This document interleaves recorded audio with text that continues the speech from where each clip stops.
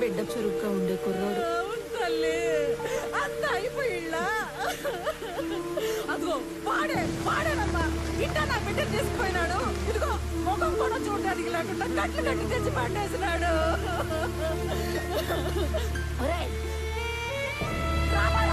పోతావు నువ్వు, నాశనం అయిపోతావు, సర్వనాశనం అయిపోతావు.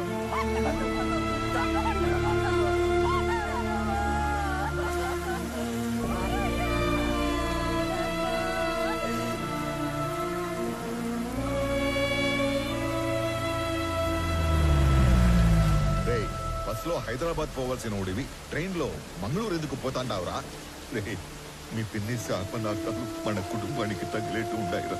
ఈ కందరకోణంలో నా గుండె ఆగిపోయేట్టు ఉందిరా. నిజం చెప్పరు. నేను చెప్పింది నిజమేనా? నిజం కాదు, అన్ని ఉత్త కూతలే. ఇదిగో పెద్దాయనా, మీ వాడు ఏం చెప్పాడు? ఆ బాడీ ట్రైన్ లో నుంచి జారి పడిందన్నా. అస్సలు కాదు, రన్నింగ్ ట్రైన్ లో నుంచి ఎవడో బలవంతంగా తోస్తే ఆ బాడీ బయటపడి తుక్కు తుక్కు అయ్యింది. రామారావు బల్లె దొరికావరా సామ. ఈసారి ఉళ్ళ నువ్వు తప్పించుకోవటం నన్ను తికమక పెట్టంత తేలిక కాదు. ఉడుం పట్టు పట్టేస్తా. పాపా స్టేషన్ పోదమ్మా. అరే నువ్వు కదలరా సామె, నేను ఎంక్వైరీ చేయాలి. ఇది నువ్వు ఇన్వాల్వ్ అయ్యే టైం కాదు. ఇప్పుడు మా ఇంట్లో ఎమోషన్స్ కంట్రోల్లో లేవు. అనవసరంగా నన్ను ఇరకాటంలో పెట్టాల్సిన అవసరం లేదు. నీకు ఉందిగా, అవసరం ఉంది. అవును, అప్పుడు మనం మొదట్లో కలిసినప్పుడు ఏదో చెప్పావు. క్రిమినల్స్ నేరం చేసినప్పుడు దొరకటం కన్నా పోలీసులకి అవసరం ఉన్నప్పుడు దొరకటం ఎక్కువ. అదే మరి ఇప్పుడు నువ్వు నాకు అవసరం. పాపా స్టేషన్ పా. పైగా ఈ జనాలందరూ చూస్తున్నప్పుడు నిన్ను స్టేషన్ తీసుకెళ్ళడం నాకు ఇంకా అవసరం కాదు. వాటన్నిటికంటే ముందు నీకు నీ జాబ్ అవసరం. నువ్వు పుట్టింది ఒంగోలు రైల్వే ట్రాక్ పక్కన ఒక చిన్న గుడిసెలో. మీ తాత మీ నాన్నకిచ్చింది ఆ గుడిసె 6 డజను పందులు. మీ నాన్న నీకిచ్చింది ఒంటి నిండా దెబ్బలు, పీపు నిండా వాతలు. నీకు వచ్చిన జీతం అంతా దాచిపెట్టిన నీ ఆస్తి మొత్తం 9 నుంచి 10 లక్షలు ఉండాలి. కానీ ఈరోజు నీ ఆస్తి దాదాపు 3 కోట్లు. దానికి సంబంధించిన పత్రాలు, పాస్బుక్లు అన్ని డీటెయిల్డ్గా నా దగ్గర ఉన్నాయి. పైగా పిల్లలు లేని మీ దూరపు చుట్టం ఒక పోలీస్ ఆఫీసర్ చనిపోతే చిన్నప్పుడు నిన్ను దత్తత తీసుకున్నాడని ఫేక్ సర్టిఫికెట్ పెట్టి కంపాషనేట్ అపాయింట్మెంట్ కింద ఈ పోలీస్ జాబ్ కొట్టేశావు. ఒక్క రిజిస్టర్ పోస్ట్ పంపితే దాంతో నీ జాబ్ మటాష్. చేతి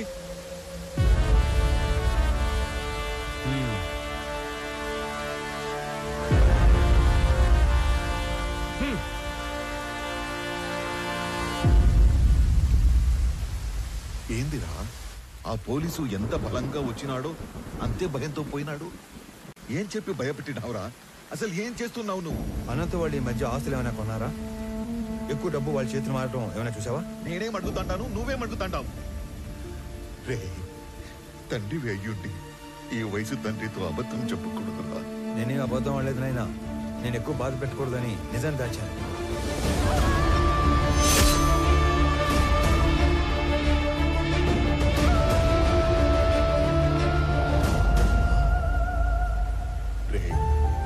నీకు ఇంత కట్టుకదా అల్లాల్సిన అవసరం ఏమీ లేదు. నా కళ్ల ముందే పెరిగిన అనంతు అడ్డంటోడు కా. ఈ రెండింటిలో ఏదో ఒకటి అబద్ధం. కానీ నమ్మటానికి మనసు ఒప్పుకోవడం లేదురా. పరాయ వాళ్ళు తప్పు చేస్తే ఒప్పుకోవటం, మన వాళ్ళు తప్పు చేస్తే ఒప్పుకోకపోవటం హిపోక్రసీ నాయనా. నాయనా, నీకు దండం పెడతాను. నాకు నీ అంత పరిజ్ఞానం లేదు, కానీ మమ్మల్ని ఏమాత్రం నెమ్మదిగా బతకనియాలని ఉన్నా ఆ మాలిని సమస్యని దయచేసి ఇక్కడితో వదిలేరా.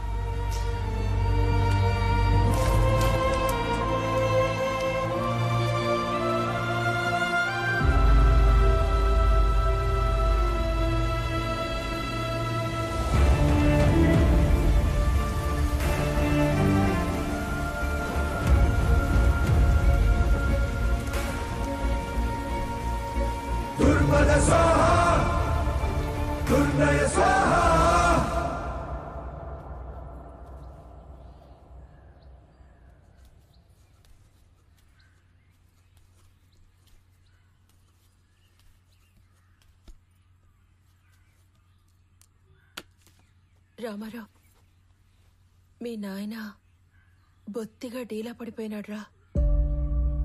ఎక్కడ కూర్చుంటే ఆడ్నే ఏదో ఆలోచనలోకి పోతుంటాడు.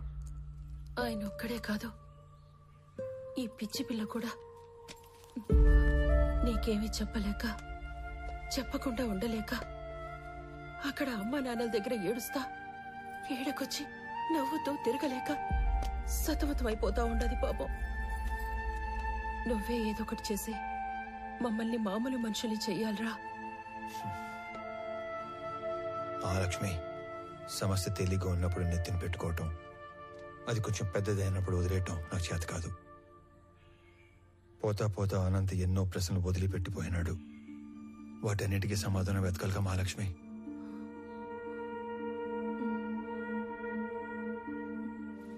నేను మాట్లాడతాను, నువ్వు వెళ్ళు.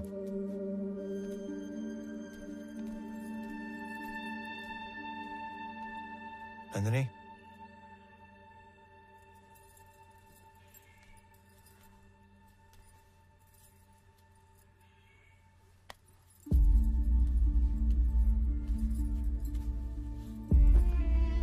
మచ్చలేని బండరాయిలా బతకడం కన్నా మచ్చపడ్డ ఒక భోజనాలా బతకడం నాకు ఇష్టం. నా కోసం ఇంకొన్ని రోజులు ఉపయోగపట్టు, అన్ని సర్దుకుంటాయి.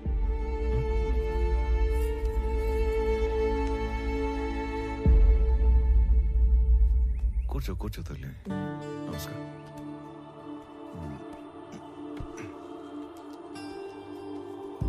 అయ్యా, మనవరాలు మనస్మరిసి తీసుకొచ్చింది.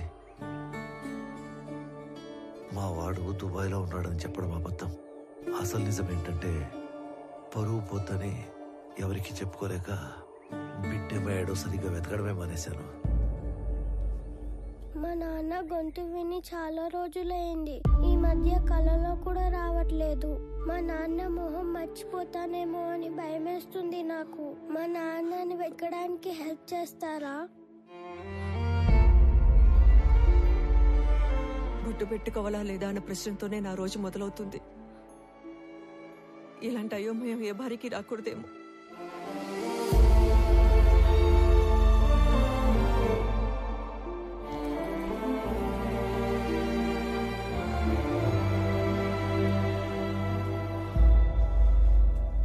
నా కొడుకు వయసు ఉంటుంది నీకు. ఇవి చేతులు కాదు, కళ్ళు అనుకో. అయ్యో, తండ్రి లాంటి వారు, బాధపడకండి. బాధపడకుండా ఎట్టా ఉంటారా? నువ్వు చెప్పినప్పుడు ఆ బాధ ఎందో నాకు అర్థం కాలేదు. ఇప్పుడు అర్థం అవుతా ఉండాలి. ఇది వాళ్ళ ఇంటి సమస్య మాత్రమే కాదు, మన ఇంటి సమస్య కూడా. దీనికో ముగింపు మొదలుపెట్టు. ఎవరడ్డం వచ్చినా, చివరికి నేను అడ్డం వచ్చినా కూడా దీని అంతు తేల్చే వరకు వదలొద్దు.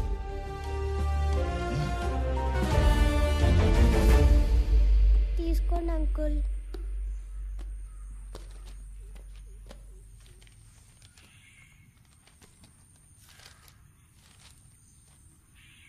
ఈ లెక్కలేంటి తల్లి?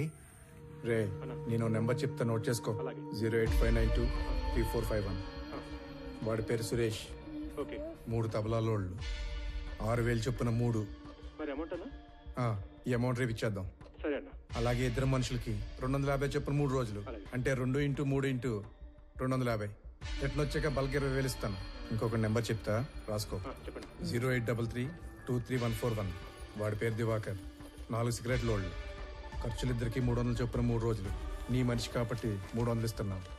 రిటర్న్ వచ్చాక బల్క్గా 30,000 ఇస్తా.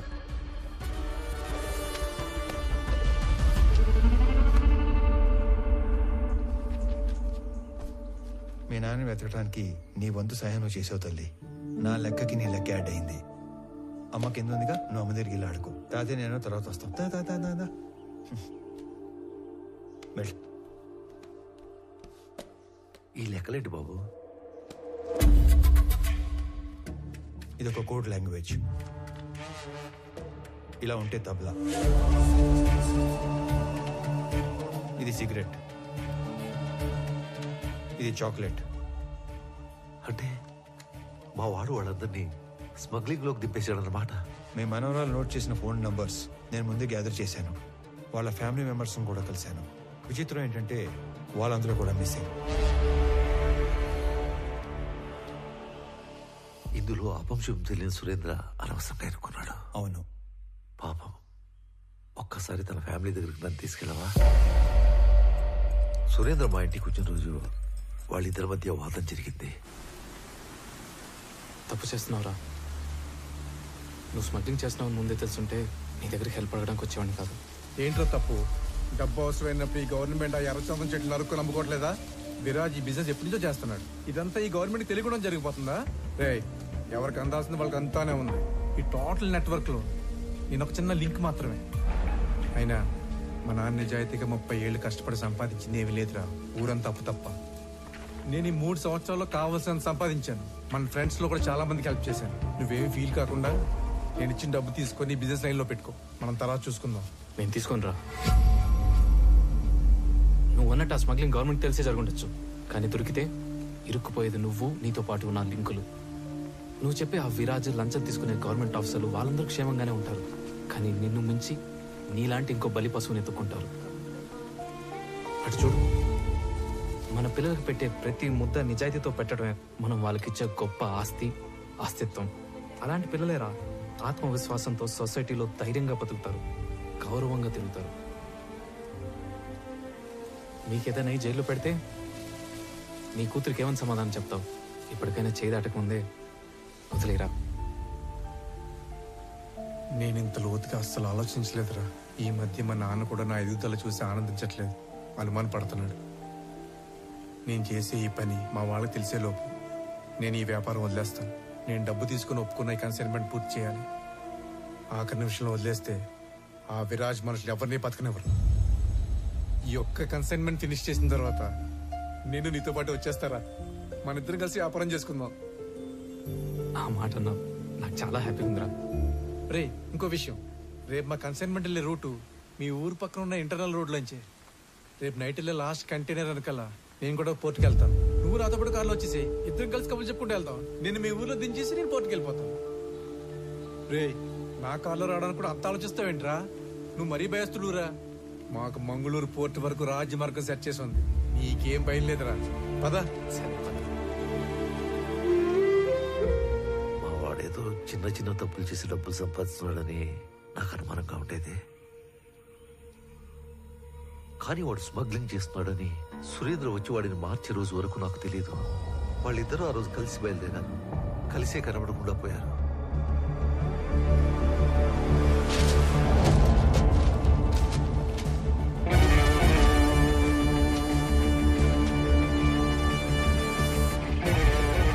ఏంట్రా చెక్ పోస్ట్ ఎంట్రీలు తీసుకుని అర్జెంట్గా రమ్మన్నా?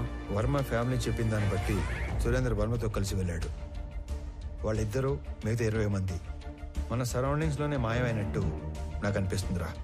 అరే, నువ్వు బీలర్లో 2 చేతులతో నోట్ చేసుకున్న అన్ని కంటైనర్లు మంగళూరు చేరుకున్నాయి. అన్ని చెక్ పోస్టులలో నేనే పర్సనల్ గా ఎంట్రీస్ నోట్ చేశాను. అయినా సరే మన దూరదర్శన్ గంగాధర్ చెప్పిన ఏజెంట్ కూడా ఇంతమంది ఎలా మిస్ అయ్యారో క్లూ కూడా లేదని ఫోన్లో చెప్పాడు. అనంత్, ఏదో వెతుకుతున్న సిఐ మురళి, మిస్ అయిన సురేంద్ర, ఏంటో అంతా మన చుట్టూనే మన పక్కనే ఏదో జరిగినట్లు అనిపించట్లేదు? లేదురా, అన్ని సైడ్ల నుంచి ఈ మ్యాటర్ మంగళూరులో ఎండ్ అవుతుంది. నువ్వు మంగళూరు బయలుదేరినప్పుడు కూడా నేను ఆపడానికి అనంత్ అటాక్ చేశాడు. అంటే అక్కడ ఏదో జరుగుతుందనే కదా? కాదురా, అనంత్ అటాక్ చేసింది నన్ను ఆపడానికి కాదు, చంపడానికి. మంగళూరులో నాకేదో దొరికేస్తుందని కాదు, తిరిగి వచ్చాక వాడెక్కడ దొరికిపోతాడేమో అనే భయంతో. నన్ను వదిలి ట్రైన్ లూప్ లైన్లో ఆగి బయలుదేరే లోపే ఒక గ్యాంగ్తో వచ్చాడంటే వాడు డైరెక్ట్గా నెట్వర్క్కి కనెక్ట్ అయి ఉన్నాడు. ఎవడికో వాడు ఇన్ఫార్మ్ చేశాడు. ఎస్,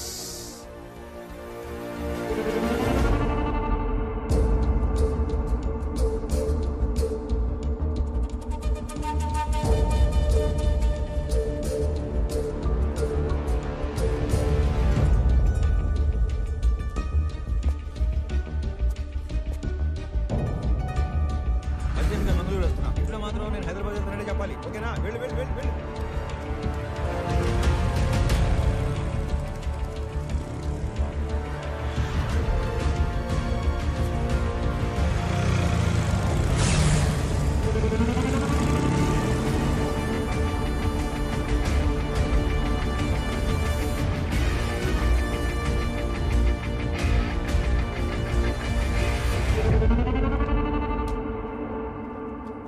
ఇది ఫోటో బూత్ కాదు, ఫోన్ బూత్. జోక్ చేసిన తప్పిపోయినాడా? కాదు, ఏడుకొచ్చి ఫోన్ చేసినాడు. రోజుకి ఎంతో మంది వస్తారు పోతారు, అందరి ముఖం గుర్తు పెట్టుకుని అయ్యే పని ఆయమి. అయినా నేను కస్టమర్ ఇచ్చే దుడ్డును చూస్తాను తప్ప ఎవరి ముఖం చూడు. ఇప్పుడు కూడా నీతో ఇంతసేపు మాట్లాడినా నీ ముఖం చూడకుండానే మాట్లాడుతా ఉన్నా. సరే, పోయిన ఆదివారం 23వ తేదీ రాత్రి 9-9:30 మధ్య కాల్ లిస్ట్ కావాలి. పోలీసా? కాదు. అయితే వచ్చు. ఆ రోజు ఆ టైం లిస్ట్ కావాలంటే అప్పటి నుంచి లిస్ట్ వెనక్కి కొట్టాలి. అలా కొట్టడానికి డబ్బులు ఇస్తాను. డబ్బులా? డబ్బులు అనగానే ఎలా వస్తుందో చూడు.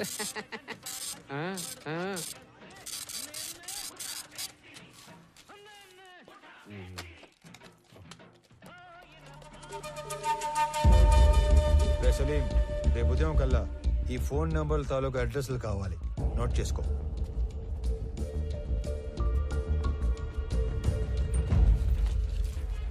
సార్, నిజంగా మీరు పోలీస్ కాదు కదా? గవర్నమెంట్.